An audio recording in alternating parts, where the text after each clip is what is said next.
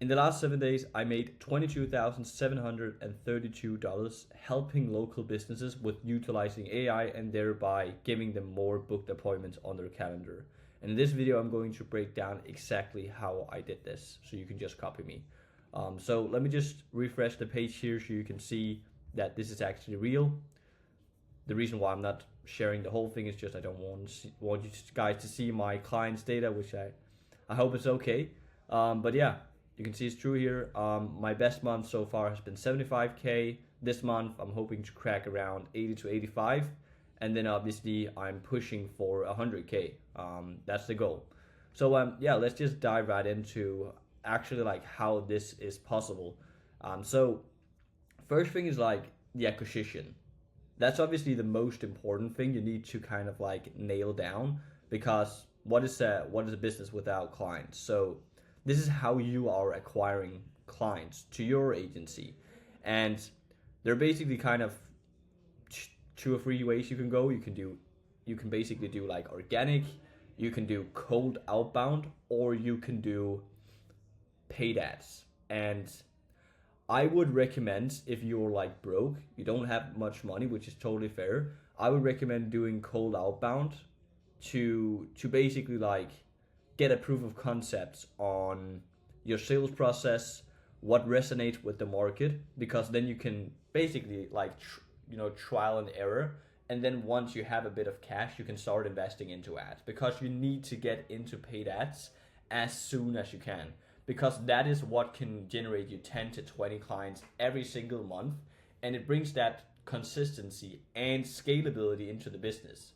And it's the exact same you're building for your clients with this service, so why not build it for yourself as well? So for context, I'm in the remodeling niche, and the way that I get my clients is through paid advertising on Facebook and Instagram. So before you actually run the ads, you need to understand the metrics behind it, because otherwise you are going to get emotional when you spend a bit of money and you don't see the results you want. So this is just pure expectation setting. So the most important thing to keep in mind, and this is like just business fundamentals, is you should always be looking at your CAC to LTGP, to lifetime gross profit, or CAC to LTV, because this metric needs to be a 1 to 3, because otherwise you literally don't have a business. And this is like fundamentals from Alex Hormozi. So you need to figure out a way to sign clients. Let's say like a typical scenario in the SMMA space would be you sign a client for every $1,000 you spend, 1,500, 2,000, 2.5, or 3K, depending on which industry you're in. So let's say you can sign a client for 1,500 and you can keep them for 3 months, 4 months. You're probably going to have a lifetime value at around 6 to 8K, which means now you have a real business, and that means you have that predictability to now go and spend money on ads. So that's like the North Star metric, the metric that you need to always have in mind. Now, to get to that point, let's go to the more practical side of things. So what I would recommend doing is just going into the Facebook ads library and take some inspiration. Like put your ego aside and just like do this. I did this, to be honest, like at the beginning, 100%, and I still do. I still look at what competitors are doing. Like, why wouldn't you do that? So go in and check what other people are running. Make your twist on it. Make like a document with all of your competitors, and then yeah, basically see how you can make it better. Like you can go into CapCut, edit some videos. You can use, Manus to create some image ads. It's really, really that simple. So let me see if there's some good examples. I'll just pause it until then. Awesome. So I just found someone. I'm not sure like who they are. But what you can do here is, and sorry if you're watching this video, but what you can do is, now you go into Manus, then you basically take a picture here, and then we just give it a prompt. So what I would recommend having is like a Drive folder with all of the information about your business, like your offer, your ICP, your sales call transcripts, like everything you can tie in there, your pitch deck, all of the things that you can just feed in, and then it will have full context. But what I would do here is just record a voice message for it. Hey, I run I'm not sure if you can hear me. Let me see. Okay, whatever. I run a marketing company helping flooring businesses with getting more appointments on a performance-based model. Please create 3 to 4 different variations of this ad. There we go. All right. I'm not sure if they're running a funnel. Let me see. Okay. So what I really recommend doing is, like, if you're just starting out, run lead forms, because first you want to get volume and you have the time to call through these leads yourself. So that's what I would recommend. Once you get like a more packed calendar, I would then recommend basically going into like putting more friction on the funnel. Let me see if there's some other here. Yeah, this is definitely someone. Yeah. So this is an example of a funnel that you can run. Obviously not this one, but like, whatever. You have a survey here, you ask some questions, and then they can book an appointment. So you have this landing page with your offer. You have a form or survey. You can use Typeform, where you can basically integrate the scheduler directly into it, so you have more self bookings, and then you add friction. So for instance, I had a problem where the people that jumped on the call, they weren't even in the specific industry. So let's say you're in flooring. Are you a flooring business? Yes or no? Only for flooring businesses. Then you kind of like train the pixel on not getting people that aren't in the flooring industry. You can also do it on revenue. If you see a certain revenue level, like people doing under 500K are just extremely bad, you can either disqualify them, or you can add another step to the funnel, which is then asking them, do you have a minimum of $3,000 a month to invest into marketing? So that is the economics. They click on this page, they fill out their information, they go to a booking page, and basically on this booking page, they schedule a meeting with you directly, and then they show up. But beforehand, you need to send them to a thank you page, and on this thank you page, you're going to have a video of yourself where you are setting some expectations for the call. You have some videos under where you are overcoming the most common objections, and then you obviously nurture these people through the time up until the meeting, so you increase the likelihood of them showing, because this now ties into the metrics. So the metrics that you want to be always looking at when running paid ads that are going to tie into your CAC and ultimately your CAC to lifetime value or lifetime gross profit is first going to be, obviously, we have the ad spend, how much you're spending on ads. Let me make this a bit smaller. Then we go to the next metric. What is your cost per lead? Let's just say CPL. Then we have your cost per website schedule. So this is what I would recommend optimizing for. I would recommend optimizing for actual website schedules. Let me make this a bit more beautiful. There we go. Cost per website schedule. From there, we are going to have, obviously you have your shows. From that, you can get your show rate, which is also an important metric. Then you have your qualified. This is a super important metric. Cost per qualified show. Because this basically, it's not only about just running these crazy image ads. It's about running ads that are attracting the right people, the people that can spend the most money with you at the lowest cost of acquisition. So that's something you need to balance. So cost per qualified show is therefore a super good indication of actually the quality that you're running in these ads. Because if you're, for instance, running a bait and switch offer, yes, your cost per lead and cost per website schedule might be extremely low, but if your cost per qualified show is extremely high, it doesn't matter. Then obviously we have your close rate, and thereby we have your CAC, cost of acquisition. So these are the metrics you should be obsessed with, And obviously, I would recommend you have your different sub trackers. So basically, you're going to have your performance tracker. So that is going to be for your sales calls. So every time you have a sales call, you have a document with basically the name, the source, the outcome, why they didn't close, the notes, and cash collected. So you can calculate the metrics within that specific sheet. But for holding yourself accountable to tracking all of these metrics, what I would recommend is having a CEO dashboard. So this is something you put on your calendar to fill out every week. So for instance, for me, I'm doing it on the 8th of the month, on the 16th of the month, and so on and so on. So basically just once a week to go back and look at the metrics, because then I fill these metrics in manually so I can, look at them and see where the current constraint is. Because, if I can see that the cost per lead is too high, that's the thing that I'm going to attack then. So you need to have a full overview of this, because otherwise when you start spending $100 or $200 a day or $50 a day, you start like becoming emotional instead of just looking at the numbers, which I've seen tons of times. So let's see what Manis here has cooked up for us. Yeah, like this is a great ad. Like it's pattern interrupting.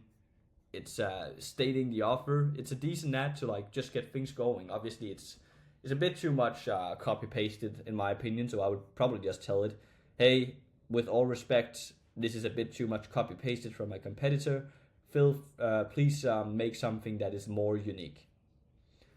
That's basically what I would do in that situation. All right. So basically now you have cracked the fulfillment, or not the fulfillment, you have cracked the acquisition, sorry. And that means once you have this, you need to spend more. Like if you know now with certainty that you can sign a client for every time you spend $1,000, why not spend more? So the way that I have basically framed my offer is an enrollment fee that can be anywhere from 1 to 2K for getting everything set up. The cool thing is that enrollment fee is going to directly cover your cost of acquisition, which means you're signing clients for free, essentially. And why not sign 10 clients a month? And why not spend 20K in a month? And I know for some of you guys out there, it sounds ridiculous. But for me, it sounds ridiculous not to do it. Because like, if you know every time, let's say every time I spend $1,000 on ads, I make 3 back in profit. That means every time you aren't spending 20K on ads in a month, you're leaving $60,000 on the table every month from not spending that amount. So that's why, when you have the metrics, don't be a pussy and spend the amount. It's always about like basically expanding that like mindset about it. And I have been one myself. Like I'm not going to put myself on a pedestal. I started spending like $50 a day. Then I got up to 100, and then it was 200, and it's like 400, and then I spoke with ChatGPT for a couple of hours after I've been at an event, and then I pushed it up to 750. And 750 is like where I feel it's like normal now.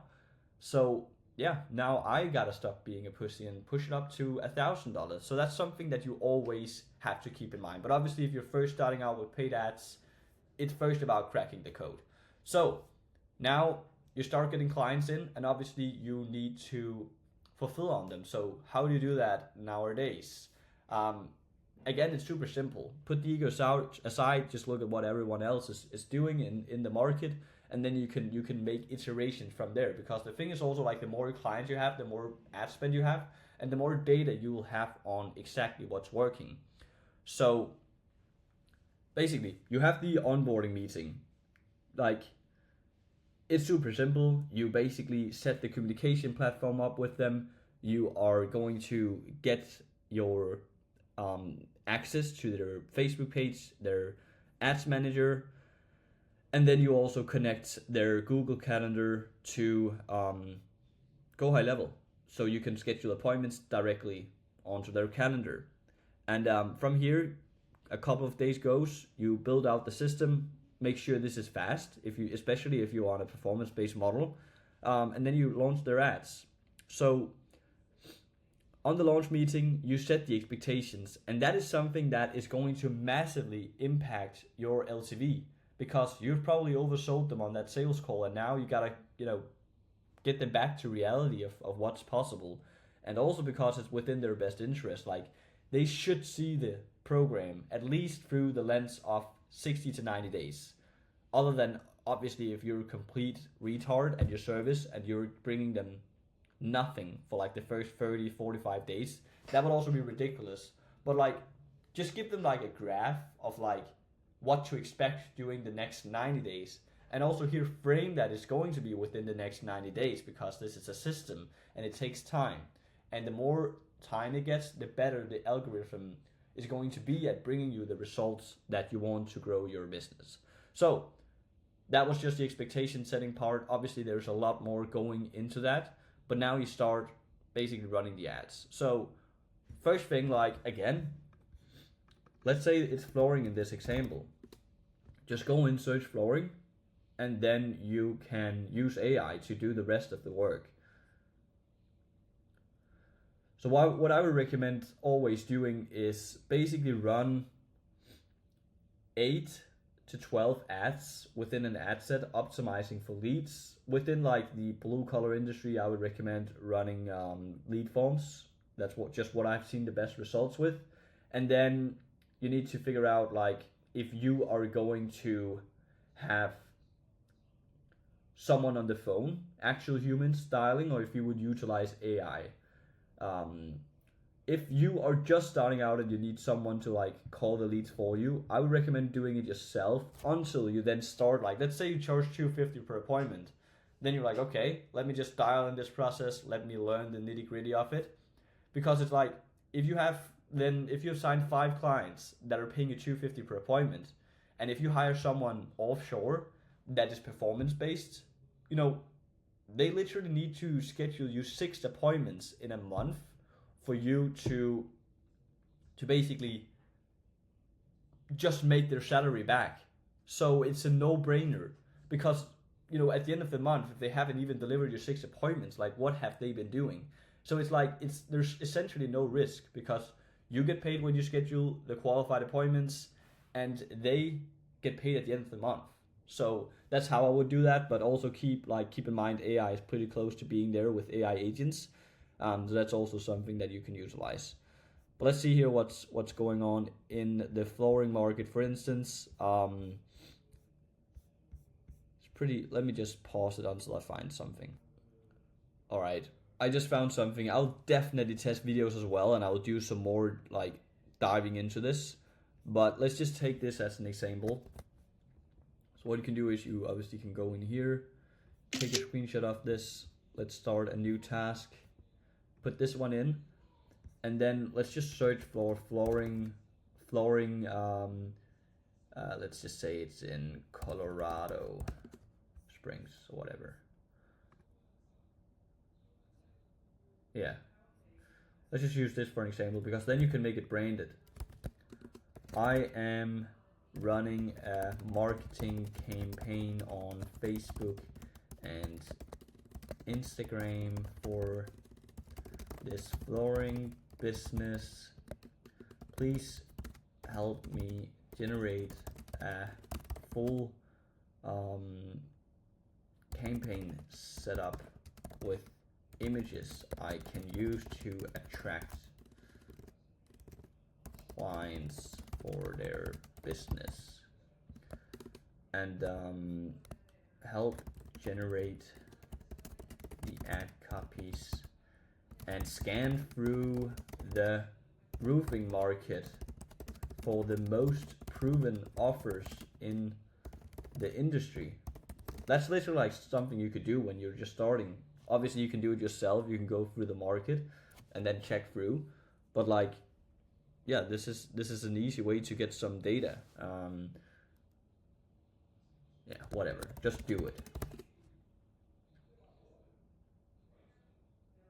Okay, it's starting now. So let's pause the video until it's done. All right. So while it's creating that, I just had some thoughts I wanted to share. So the thing here is like, a lot of people, they would now utilize this maybe to sign a client, and then they would justify, slowing down. It would be like, oh yeah, I just got this client, now let me just build everything out for them and like see how it goes. But that's like, you're just going to grow so slowly. Like it's crazy. Like just imagine if you are spending hypothetically $100 a day on ads, which in my opinion is absolutely nothing. You're going to sign 1, 2, 3 clients a month, which means you're going to grow with like 4, 5, 6K and factoring in churn a month.